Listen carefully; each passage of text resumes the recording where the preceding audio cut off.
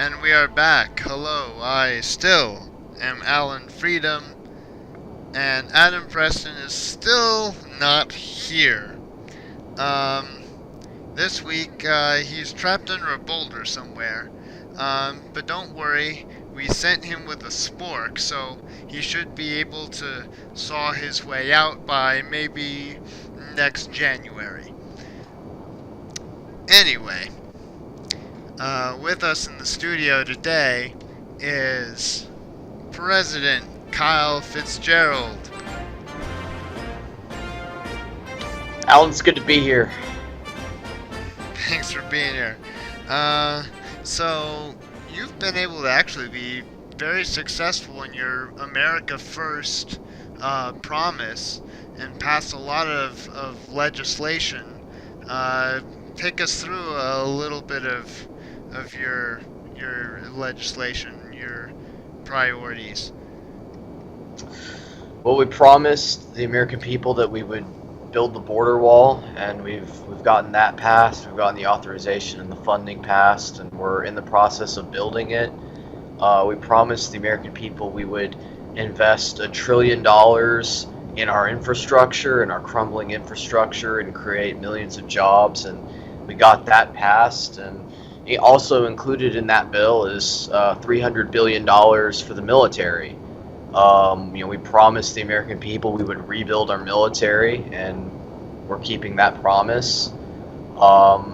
We also promised that we would repeal and replace Obamacare. And I am somebody, I believe it's important to keep your promises. When you're elected to something, and I felt this way ever since I got into politics, when you're elected to something, it's important to do what you say you're going to do. And we said we were going to repeal and replace Obamacare. In fact, not just me, the entire party said this for about 8 years. And that's why we approached it the way we did, with a clean and total repeal. And we're going to work with the Democrats to come up with something that I think the American people broadly, I'm not just talking about Republicans, I think both sides of the aisle are going to like a lot more than Obamacare was. But if we had just gone in and said, well, we're going to, keep the good parts of Obamacare and, just take out these little sections here, I think that would have looked really phony. The good parts, we can put it back in later. We can put it back in when we replace it. But it's important to do what we said, and we said we'd repeal it entirely. And, finally, we're getting tax cuts through. We're getting the tax plan through that includes big tax cuts for the American people. It includes a big corporate tax cut to bring jobs back to the country. It includes trade protections, protections for American industries. So, we've changed the game on immigration. You look at what we've done with immigration reform, the merit-based immigration bill, sponsored by Philip Huffines, my friend from Texas. That's a big one, because that is going to totally transform immigration into this country for the 21st century. It really brings our immigration system up to date, up to speed with the challenges that our country faces in the future. Actually, I'm very glad that you pronounced this name, because for the longest time I've been pronouncing it Huffiness. Oh, it's Huffines. Oh, okay. They were family real estate developers, and they own car dealerships too up there in the Dallas area. Oh. I've known him and his family for a while. Okay, good to know. I've been pronouncing it wrong all this time. So circling back a little bit to healthcare, so you did successfully repeal the Affordable Care Act, Obamacare. Yeah. So what exactly is the plan moving forward? It probably won't be the Medicare for all that the far left wants. So what exactly is that going to look like? Well, it depends on what the committee comes up with, but I'm thinking it'll be a combination of public and private options. Look, I've been very adamant about this going back to the campaign, that I believe, and maybe I'm alone among Republicans in this belief, but I believe that we have a responsibility to take care of the American people. I think healthcare is a basic human right. I think people in this country have a right to affordable and accessible healthcare. Maybe it isn't free. Maybe it isn't always in the form of insurance like Obamacare was. But I believe that the American people, as a civilized society, I think we have a responsibility to provide affordable and accessible healthcare to people. Okay, that's actually a quite different view than others within your own party. More of the Freedom Caucus, even including your vice president, who seems a little bit bewildered by the use of health care and health insurance Well, no, no, no, no, no. interchangeably. No, no, no. I think you're misunderstanding what David Parker said.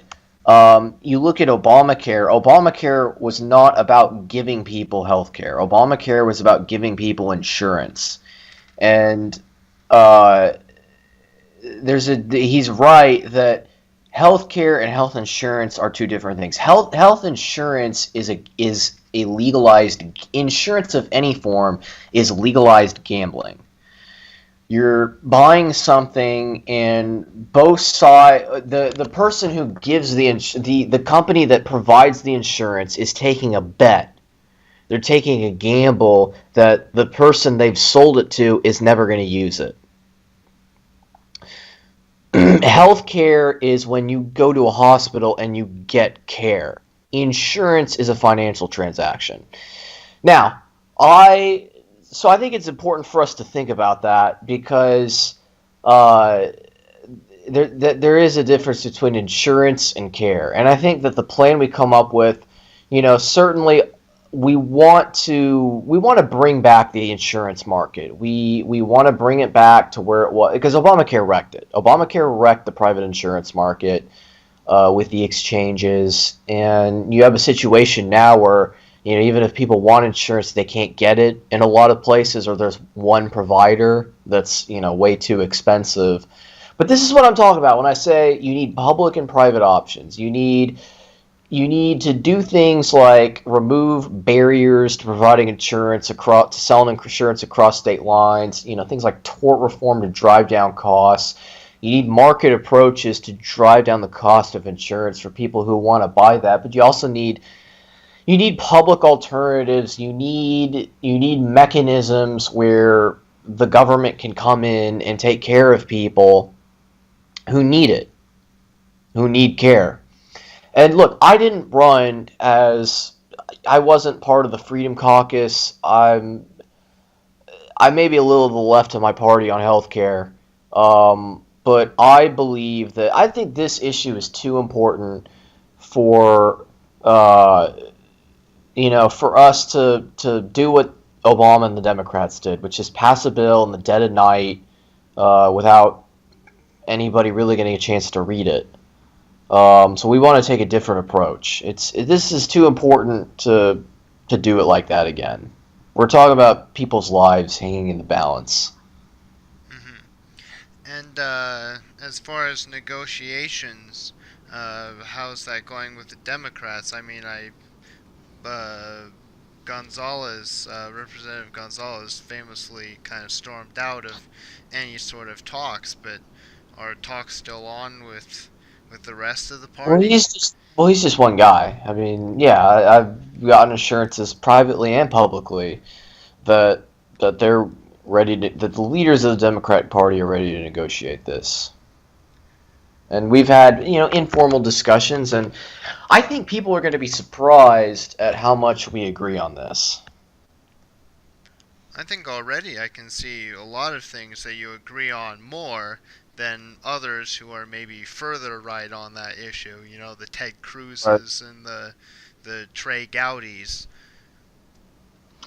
Right, right. And I think that, look, the bottom line is that, you know, to do it the way we're wanting to do it with a bipartisan consensus, we're not going to have this Ayn Rand plan where, if you're rich you live and if you're poor you die. It's not going to be like that, but it's not going to be Medicare for all either. So I think what we come up with will be something that both parties can agree. Maybe they don't love it, but they can tolerate it, and I think it's something that the American people will broadly be in favor of. All right. As far as kind of passing and putting through your agenda, which in part you already have, what would you say has been the biggest obstacle in doing that? I don't think we've really had very many obstacles. I mean, we control both chambers of Congress, so that helps. We had a unique opportunity. We had control of all three branches of government, and we took advantage of it. That's true. Silly question. Um, uh, so, moving forward, uh, what's what's kind of next on the agenda? Moving through the last part of your session, uh, or your term. Well, the tax bill is being voted on in the House, and then it'll move to the Senate. We have a couple nominations that'll be up. We've nominated Charles Bridgewater, former senator from Louisiana, to be Attorney General. We've nominated to replace Wyatt Pizzuto. We've nominated Joe Manchin, the Democratic senator from West Virginia, to replace Spencer Blenheim at Secretary of State. So those will be voted. I think we'll get those voted on in the Senate before the end of the session. And we have a couple bills that are directed at protecting the victims of sexual crimes, and this has always been a very personal issue for me. When I was Lieutenant Governor of Texas many years ago, we passed a bill that really made the laws in Texas much tougher against child predators and child molesters. We increased sentences. We actually gave the death penalty for serial child molesters. That was later overturned by the Supreme Court. But I think every parent's greatest fear is having a child abducted and become the victim of a sexual crime. I'm a father, and I know that was a fear that we had, that my wife and I had. And also in the wake of all these scandals that have happened with powerful men taking advantage of women sexually, we wanted to put in legislation that protects the victims of sexual crime. So what we've done is, we've introduced some legislation. It's going through the House right now that'll allow the victims of sexual crimes to have broader civil remedies, to increase the statute of limitations, and also to increase sentences for people who are involved in sex trafficking, and especially child sex trafficking. And I think the border wall will help a lot with this, because a lot of this movement comes across the border from Mexico into the United States. A lot of this is fueled by drug cartels who are involved in this kind of activity on the side. And in Texas, it's a huge problem. Texas, my home state, is like a hub of sex trafficking because of the proximity to Mexico. And you've also got, in Houston, you've got Houston especially, it's a big problem because you've got the port right there and a large population. So we really wanted to, before the end of the session, we wanted to take a very strong position against the kind of people who commit these heinous sexual crimes. Certainly, and that's a pretty bipartisan thing. It's slightly different than the legislation you vetoed earlier in the session. I know you Right. had some constitutional concerns with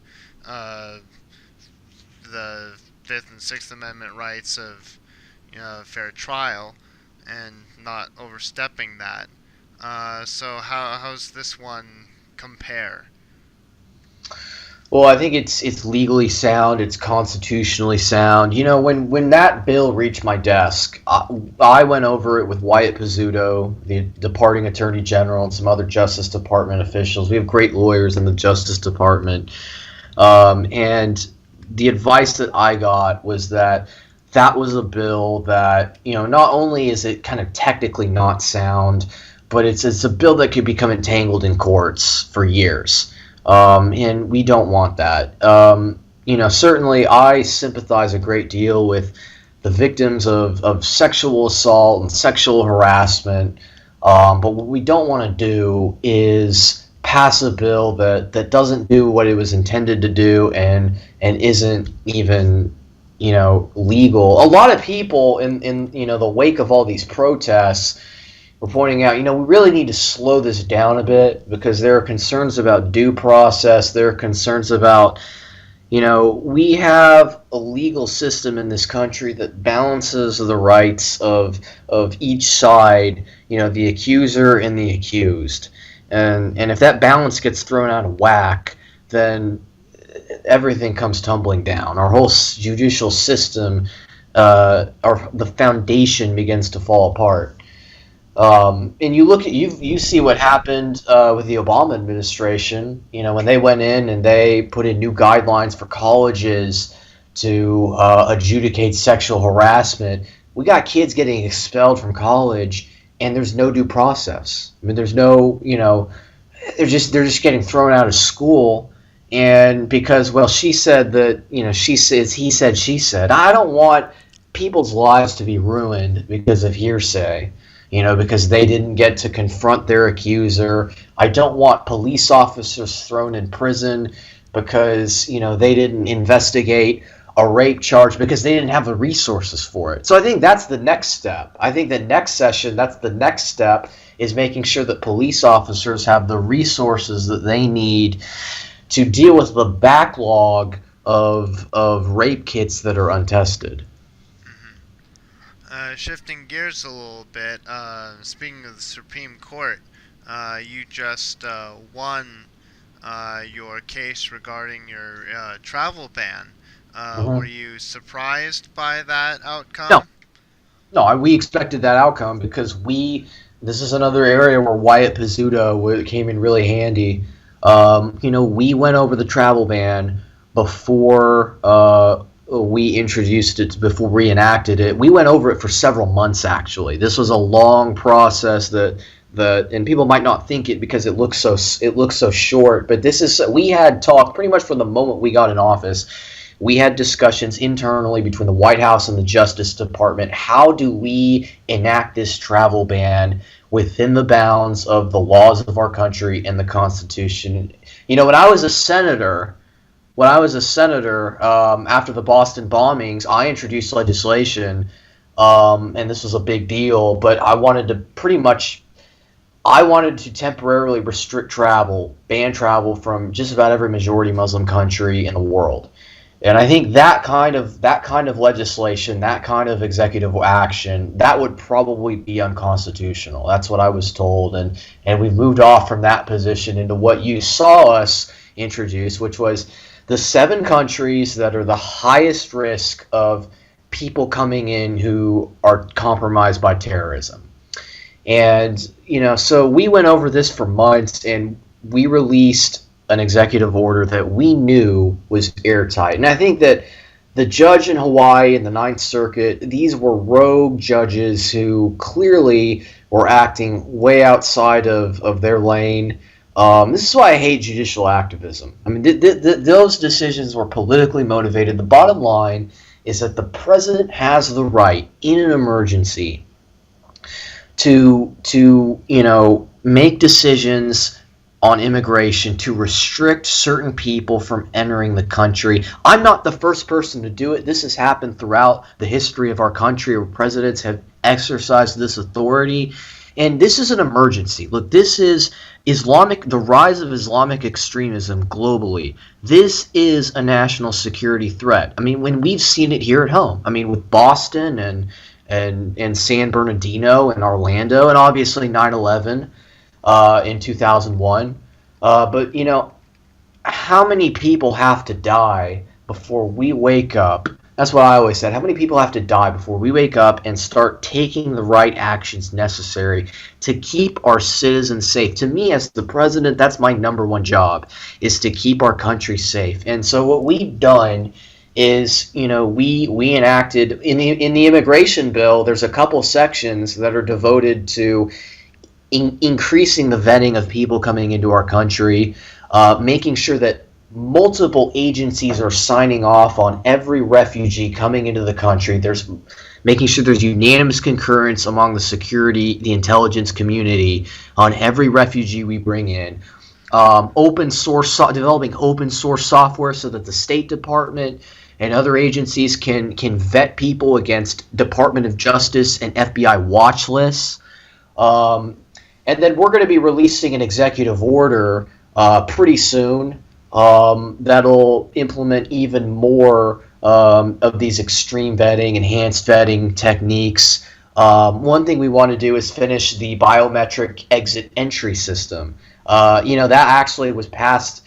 That Congress instructed the government to complete that back in 2004. And it's 2018 and we still don't have it done. We need to get that done.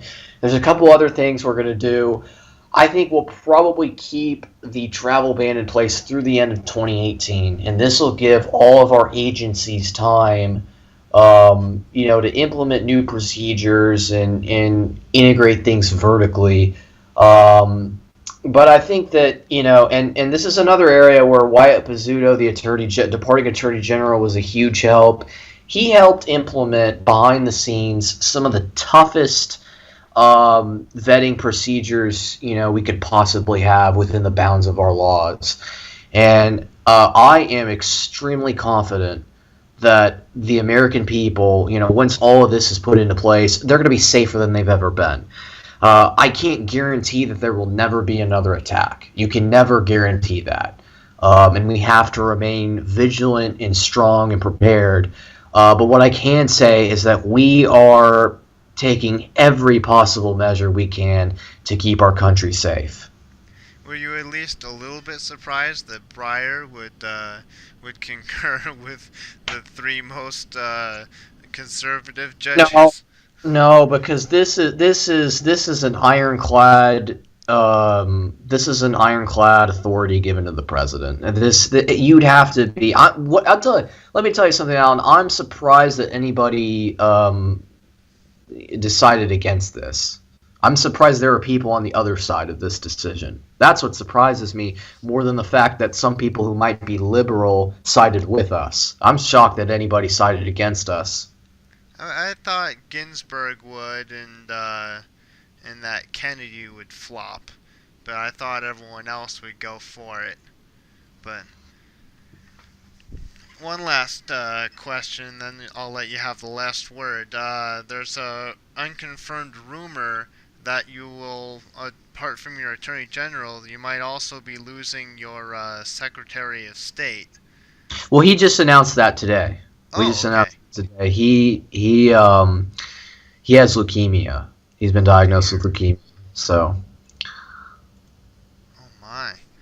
Well, we'll keep him in our prayers and hope for the best. Man, a lot of in and out going out of the White House, but we. well, that happens. I mean, I don't think it's more than other administrations have had. Good point. Good point. And I'll let you have the last word, sir. Well, thank you for having me on, Alan. I appreciate the opportunity to come on here and you know send our message to the American people. All right. Thanks for being here, President of the United States, everybody. Thank you, Alan. Capitol Hill is a free online simulation game, and you can find it on TedderVision.com. It's really cool. You can play as a representative, run for run for Senate, run for the presidency one day, or end up in the cabinet, maybe end up a Supreme Court justice. It's really fun, and you should try it out. A lot of people listen to our podcast but aren't yet players on our game. You should You should come check it out. It's really fun. You can find it on TedderVision.com. You can also find cool forums for just talking politics or talking about cat videos. Even a little change my mind section, so you can talk Mm-hmm. about current events and see if someone will change your mind on a big political issue. You can find it all at TedderVision.com. TEDDERVISION.com.